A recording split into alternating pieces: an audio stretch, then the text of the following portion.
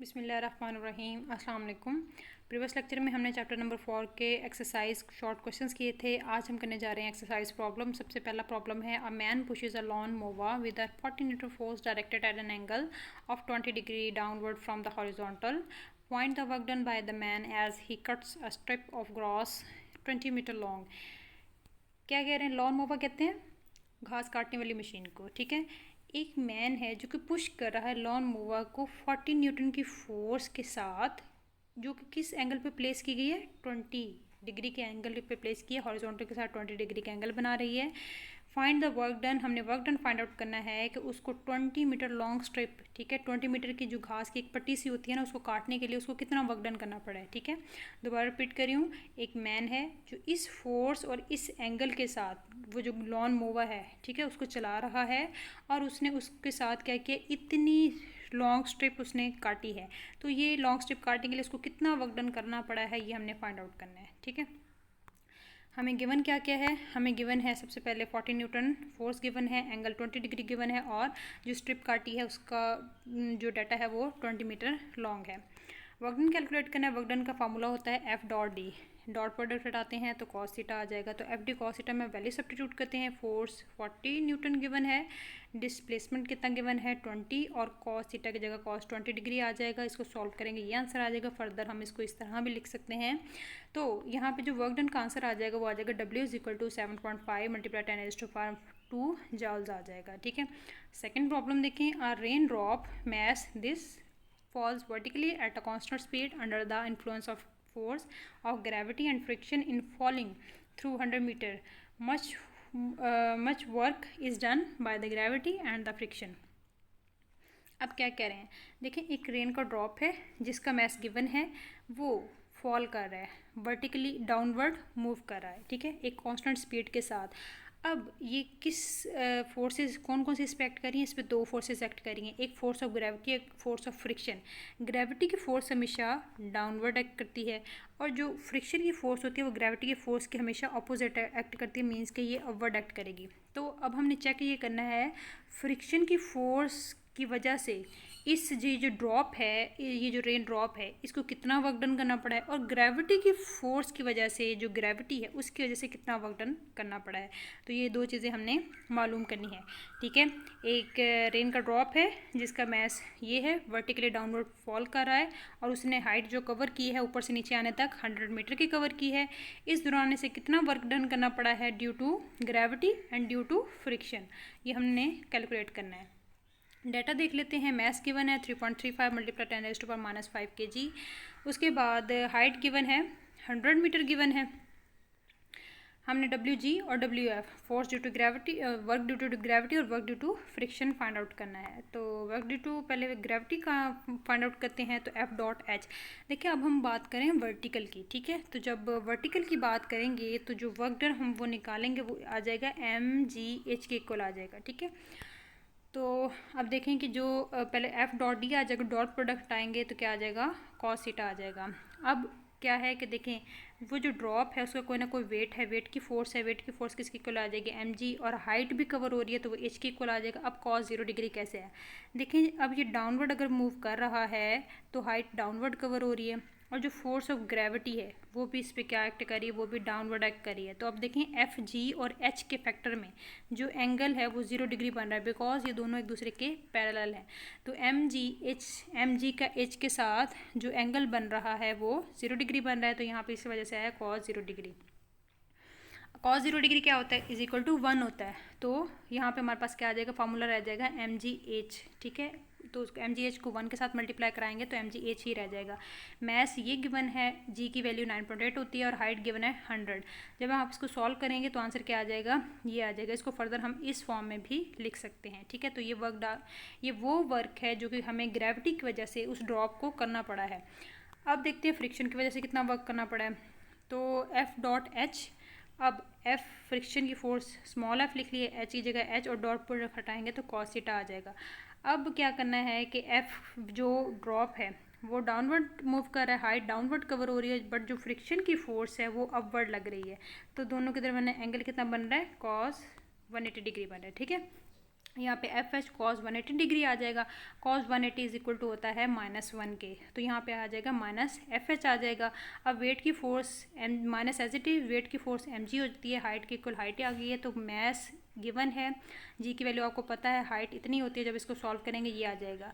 अब देखें कि ये वो वर्क है जो कि फ्रिक्शन की वजह से करना पड़ा है। दोनों को जो आंसर है वो सेम है, due to gravity and due to friction. सिर्फ फ़र्क कितना है, फ़र्क प्लस माइनस का है, बिकॉज इसमें एंगल 0 डिग्री बन रहा था और इसमें एंगल 180 डिग्री बन रहा है। ठीक है, तो ये वर्क का आंसर आ गया है। नेक्स्ट प्रॉब्लम है 10 bricks each 6 centimetre thick and mass 1.5 kg lies flat on a table, how much work is required to stack them one on the top of another. अब यहाँ पे क्या कह रहे हैं, 10 ईंटें हैं जो कि एक दूसरे के ऊपर रखी गई हैं। ठीक है, हर ईंट जो है, हर एक ब्रिक 6.0 सेंटीमीटर थिक है और उसका मैस कितना है, 1.5 kg के इक्वल है। उसको हमने वो जो 10 ब्रिक्स है उसको हमने एक दूसरे के ऊपर रखा हुआ है। ठीक है, वर्टिकली हमने रखा है, तो हमने कैलकुलेट करना है कि वो जो 10 ईंटें उनको एक दूसरे के ऊपर रखने के लिए हमें कितना वर्क करना पड़ा है। तो सबसे पहले देखते हैं कि हमें डाटा क्या क्या गिवन है। मैस गिवन है ब्रिक का, हर एक ब्रिक का 1.5 है। उसके बाद हाइट गिवन है, हर एक ब्रिक की 6 सेंटीमीटर है, सेंटीमीटर को कन्वर्ट करेंगे मीटर में तो 0.06 आ जाएगा। और नंबर ऑफ ब्रिक्स कितनी है, 10 है। तो वर्क डन कैलकुलेट करने के, अब हम बात करें वर्टिकल की। जब हम वर्टिकल की बात करेंगे तो जो वर्क डन आएगा उसको हम MGH की फॉर्म में रिजॉल्व करेंगे। ठीक है, तो इसको सॉल्व करने से पहले थोड़ी सी डायग्राम देखें यहाँ पे। ओके, फर्स्ट जो ब्रिक है उसको हमने रखा है टेबल के ऊपर, टेबल की टॉप पे रखा है, तो टेबल की टॉप से उस ब्रिक की हाइट 0 है। ठीक है, तो 0 हाइट पे है, तो फर्स्ट ब्रिक के लिए हमें कोई वर्क डन नहीं करना पड़ा, यानी कि यहाँ पे आ जाएगा 0 MGH आ जाएगा। ठीक है, अब यहाँ से यहाँ तक इसकी हाइट क्या है, 1H है। ठीक है, ये जो फर्स्ट ब्रिक है ये खुद तो टेबल के टॉप से क्या है, 0 हाइट पे है, बट इस ब्रिक की हाइट कितनी है, 1H। उसके बाद सेकंड देखें, जो सेकंड ब्रिक है उसका क्या आ जाएगा, 1 MGH। जो सेकंड ब्रिक है उसको हमने 1H की हाइट पे रखा हुआ है, तो इसका आंसर आ गया 1 MGH आ गया।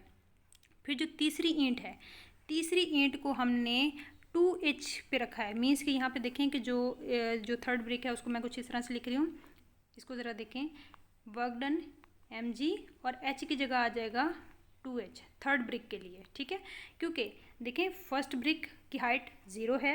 ठीक है, यहाँ पे लिख लेते हैं, चलें 0 हाइट है फर्स्ट ब्रिक की MG, और सेकंड ब्रिक की हाइट जो है वो 1H है, MG एज इट इज़।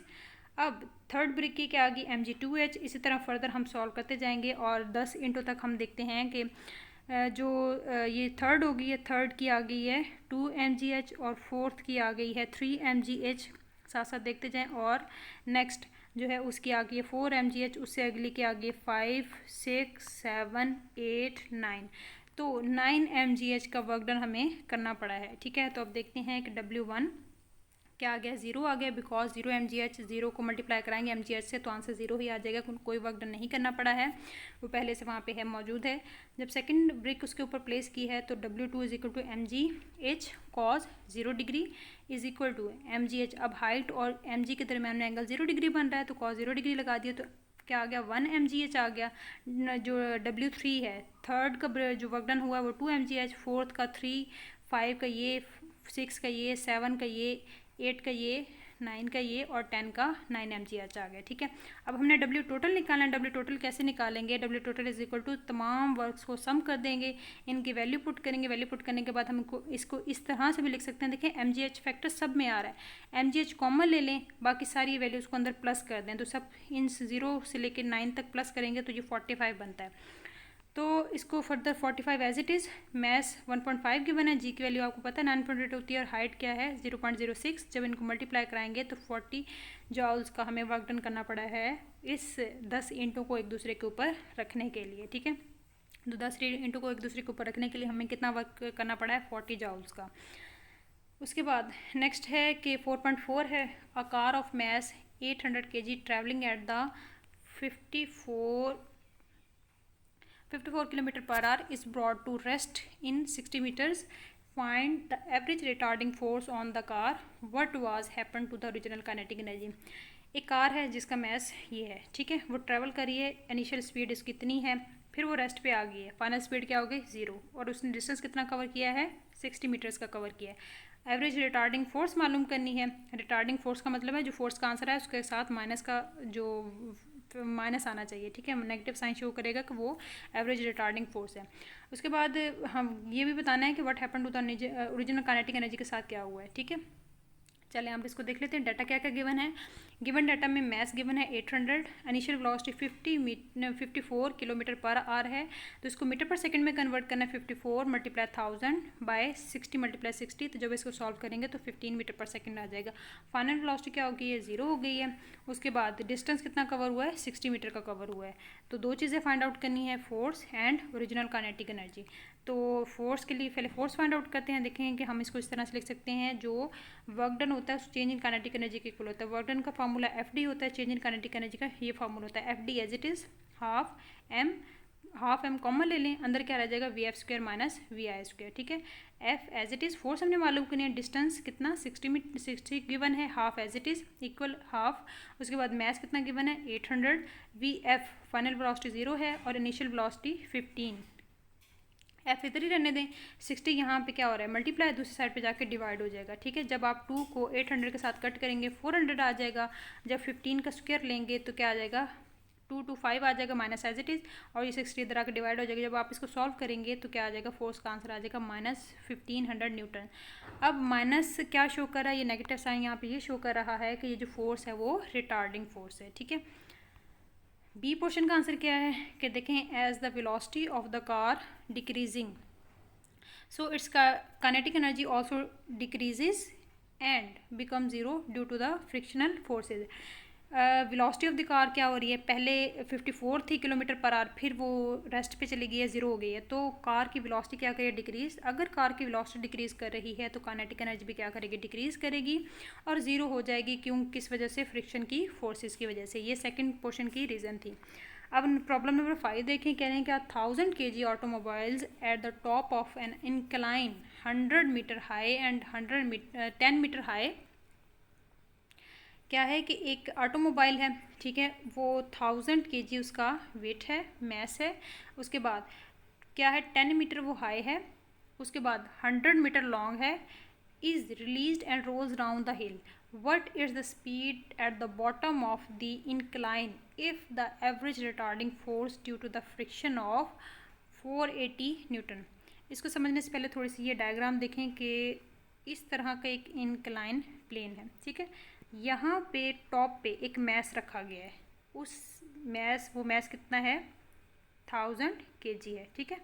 उसके बाद top an incline 10 metre high, जो टॉप है ना वो कितनी हाइट पे है, वो 10 मीटर की हाइट पे है। उसके बाद जो डिस्टेंस है इस बॉल का टॉप से लेके यहाँ तक का जो डिस्टेंस है वो कितना है 100 मीटर, ठीक है।